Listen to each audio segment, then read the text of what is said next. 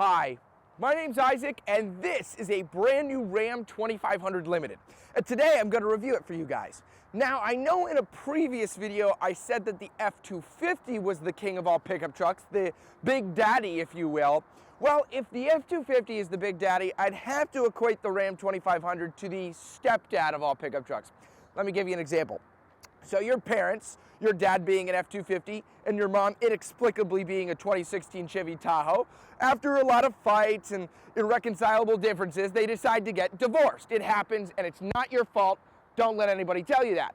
Well, after they get divorced, your mom decides to get back on the dating scene and she meets Ram 2500. And despite his best efforts to get you to call him dad, okay, Ram, it's not like you're my real dad or anything, and you never will be.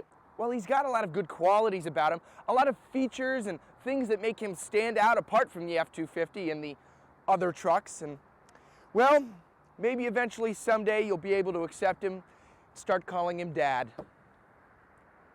Man, I'm getting good at these analogies.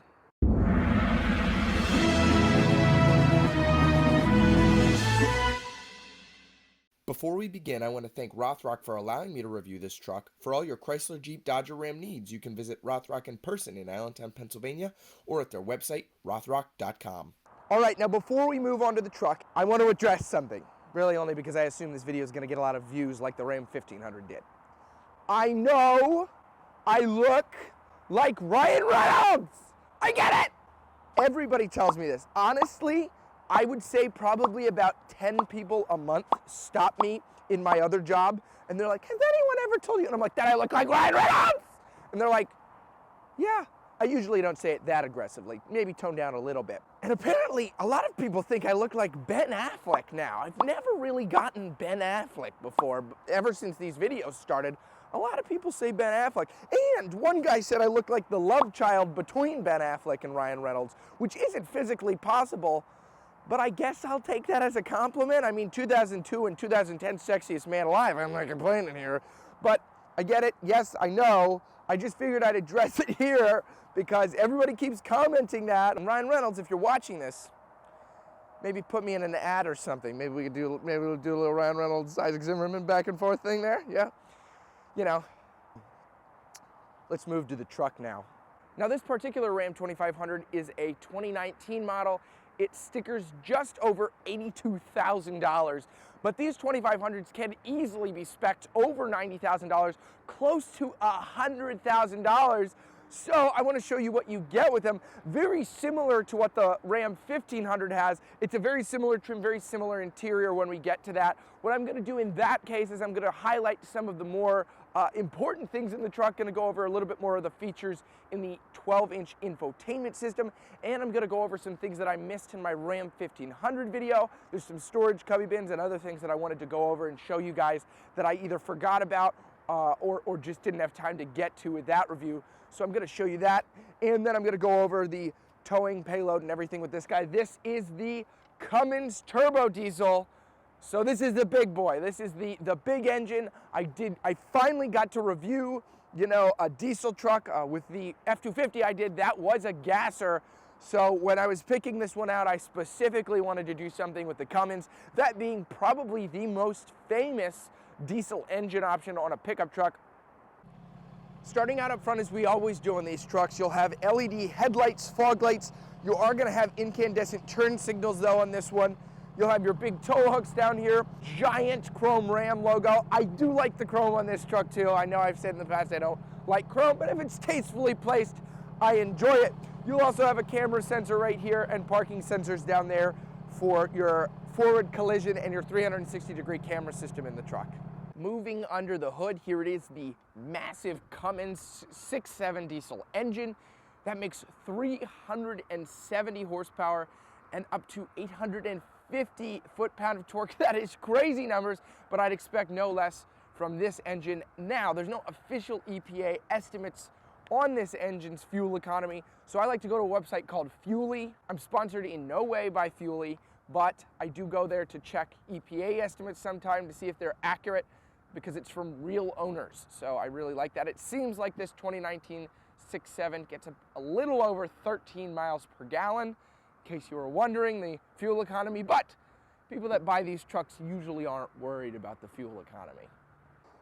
Moving on to the profile of the truck, you have these 20-inch Ram wheels here with the white lettering on the tires, which I mentioned in the past I really like. I think that's really cool. I think it makes the tires look a little bit sportier. You have a 2500 heavy duty badge, a Cummins badge, a Ram badge, and a limited badge. So a lot of badges right here. That is funny to me. You have chrome mirrors. You'll have your turn signal on here. There's a camera down here for the parking assist. You have sensors, and there's also parking lights on this. So this is a really decked out mirror. This also has a couple of more options in here that I'll show you when we get to the interior. No power running boards. These are stationary on this one. A notable absence comparatively to the Ram 1500 I did with the power running boards. Now moving to the back, this is where this truck really stands out, where it really shines. This truck has a max towing capacity of 18,900 pounds, and that's not even the best it can do. That's if you get two-wheel drive with the max towing capacity on another trim, you can get even more than that. That is crazy. You have a payload capacity of 3,240 pounds on this truck, which is also a ton comparatively to the trucks that I normally do. It is a dampened tailgate. It is aluminum, so it's very easy to put back up. Ram logo, backup camera, parking sensors down here. Moving back into the bed momentarily, it is a spray and bed liner. You do have tie downs in here and a power outlet on that side. Very simple, but it is nice. Stepping inside, this Ram 2500 is huge. It obviously has a driver's side grab handle, so it passes the driver's side grab handle test. Getting in here, it does have power seats. That's something I don't normally mention on my truck reviews. I guess I probably should mention that they have power seats, but I just assume that you assume that it does have power seats. So moving in here, it is just as comfortable as the 1500. I absolutely love the interior materials, the textures.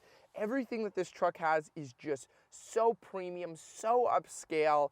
I just cannot say enough how high of a grade Ram went when making this truck, and just the textures. Nothing feels cheap in here.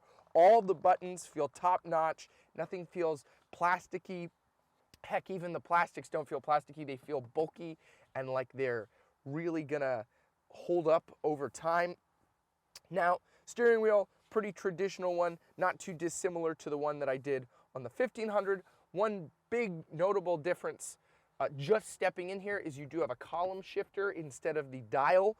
The 2500 still uses the column shifter. That is wrapped in leather with chrome on the tip of it. That is crazy. Again, just so much attention to detail. As I mentioned in the past, this has leather on it. The grab handle has leather. That is crazy. Interior textures are just amazing. Booting this guy up, if we boot on the screen, you do have so many options on here.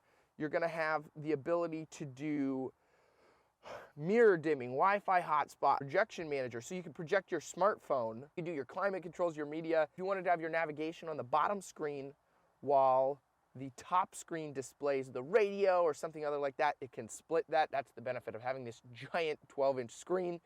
You have your climate controls flanking that, and your big volume dials and tuner. I really like that. Below the screen, there's some other differences between the 2500 and the 1500. You're actually going to get auxiliary buttons down here, so if you wanted to hook up light bars or any auxiliary things, you can actually run them to these buttons specifically, which is really cool. Below that, this one also has a CD player in here. That's crazy. Not too often do we see CD players anymore in vehicles. Now below that, you have a giant storage bin, a household 115-volt outlet. That is really cool. You have a couple of little storage cup holders here, and then storage for coins in here if you're on a big old long road trip. And then you have your absolutely massive giant storage bin in here. It's really nice, and it is two open, so it opens at the top and the bottom. USB in there, but not too dissimilar up front here from the 1500. Very similar grade textures, really, really nice in here. One more thing I do want to touch on, which I think is really cool, is the mirror here. You can control the regular mirror from here and move it, But there is also a blind spot mirror. So you hit this button right here, and then you can control your blind spot mirror. And what I think is also funny is they're heated mirrors, and it appears to have a blind spot monitor. So you have a blind spot mirror, and it has a blind spot monitor that it'll alert you if something's in your blind spot. So really, really nice. You'd need it on a truck this big, that is for sure. So it is cool to see kind of both those features implemented in here.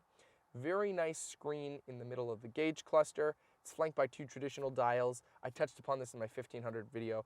Really, again, high quality screen, really, really nice. Up here, you do have a traditional sunroof. It would be nice to see the panoramic sunroof we got on the 1500 Limited, but this is just a traditional one.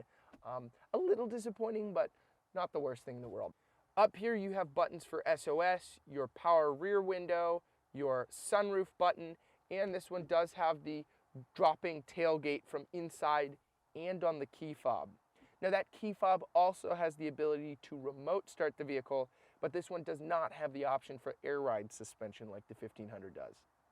Now moving to the back here, you'll have just as comfortable leather seats back here, as well as air vents, cup holders, heated seats, USBs, and another household outlet. But what I really wanted to focus on back here was storage. One thing I forgot to mention in the 1500 video is the Ram boxes. You can actually pop these up, and it has removable bins in here. So if you want to put ice and drinks in here, you can dump it out afterwards. Plus, if you want to put things of personal value inside here, you have the extra layer of security that these usually go under the floor mats, so they're not visible if somebody were to break into the vehicle. Now, if you fold these up, every truck has under-seat storage. That's kind of what they do in the back. But one kind of unique twist that this 2500 does is if you fold these up, there we go, and you pop this down, you actually get a completely flat load floor from here. I think that's a genius idea. I really like that. Ram always pays attention to the details, so it's really cool to see them doing that here in this case. Alrighty, here we go, driving the 2500. Really excited to get this out on the road because the torque on this thing I've heard is crazy. I guess they should probably have a feature called Insta Torque or something like this, because this thing apparently really hauls when it gets going, and I would expect it to. If you're looking to use a truck for a heavy duty purpose, the Rams have always been excellent throughout all the generations of the Rams, even the ones that had the problematic ram rust in the early 2000s. I still see those on the road in the diesel options with these trucks, and it's crazy. Yeah, when I floor it here, even just a little bit, it's just immediate torque. This thing just hauls. I'm very impressed. That's basically that's what I say at the end of the day. Is I'm very impressed with this truck and the capabilities that it delivers on. It doesn't feel like you're driving something huge, and I think at the end of the day, that's what's important. I'm wearing my flannel again, obviously, because 6 months ago I didn't anticipate that I'd have a YouTube channel, so I only have 2 jackets, and I know that doesn't look necessarily appealing for a YouTube channel. It's like, this guy's only wearing the same 2 jackets. It's freezing cold outside. First off, second off, I didn't anticipate it being freezing cold outside, so now I just have 2 jackets, and you get the flannel or you get the tan one. Tan one's more of like a F3 or F350 3500 dually. I feel like that's more of the tan jacket. If we ever graduate up to those trucks, that's what we're gonna do. But yeah, this handles really well. I think the steering response is very nice. It's very comfortable. This has a heated steering wheel, so it's very nice. And I really like the wood grain texture on this. I think that is excellent. So overall, yeah, really nice truck. I think I like it. Yeah, I don't really, it just handles well. I don't really have much to say past, it handles well, it drives well, it doesn't feel giant like the F-250 did. Yeah, it's a good truck. All right, let's wrap this up. All in all, I think the Ram 2500 is a great truck, though I do think the 1500 wins out in the luxury category. It does have a few more luxurious features like the air ride suspension and the power running boards that I liked a little bit more. But when it comes to off-road and heavy-duty capability, I definitely think the 2500 wins out in that regard. The Cummins engine stands the test of time. It always has, and I think it always will. And overall, it's an awesome truck. Definitely see why people get it, and I'm very impressed by it. All right, that concludes this video. Thank you guys so much for watching. I will not have a video next week. I'm going on vacation, and I didn't realize I was going on vacation next week. I thought it was the week afterwards. So I didn't have a video in the pipeline, so I apologize for that. So there won't be a video next week, but the following week, you can be sure I will have something out for you guys. Thank you so much for watching. And as always, guys, no matter what truck you have, I'll pray it lasts you a long time and it serves you well. Take care.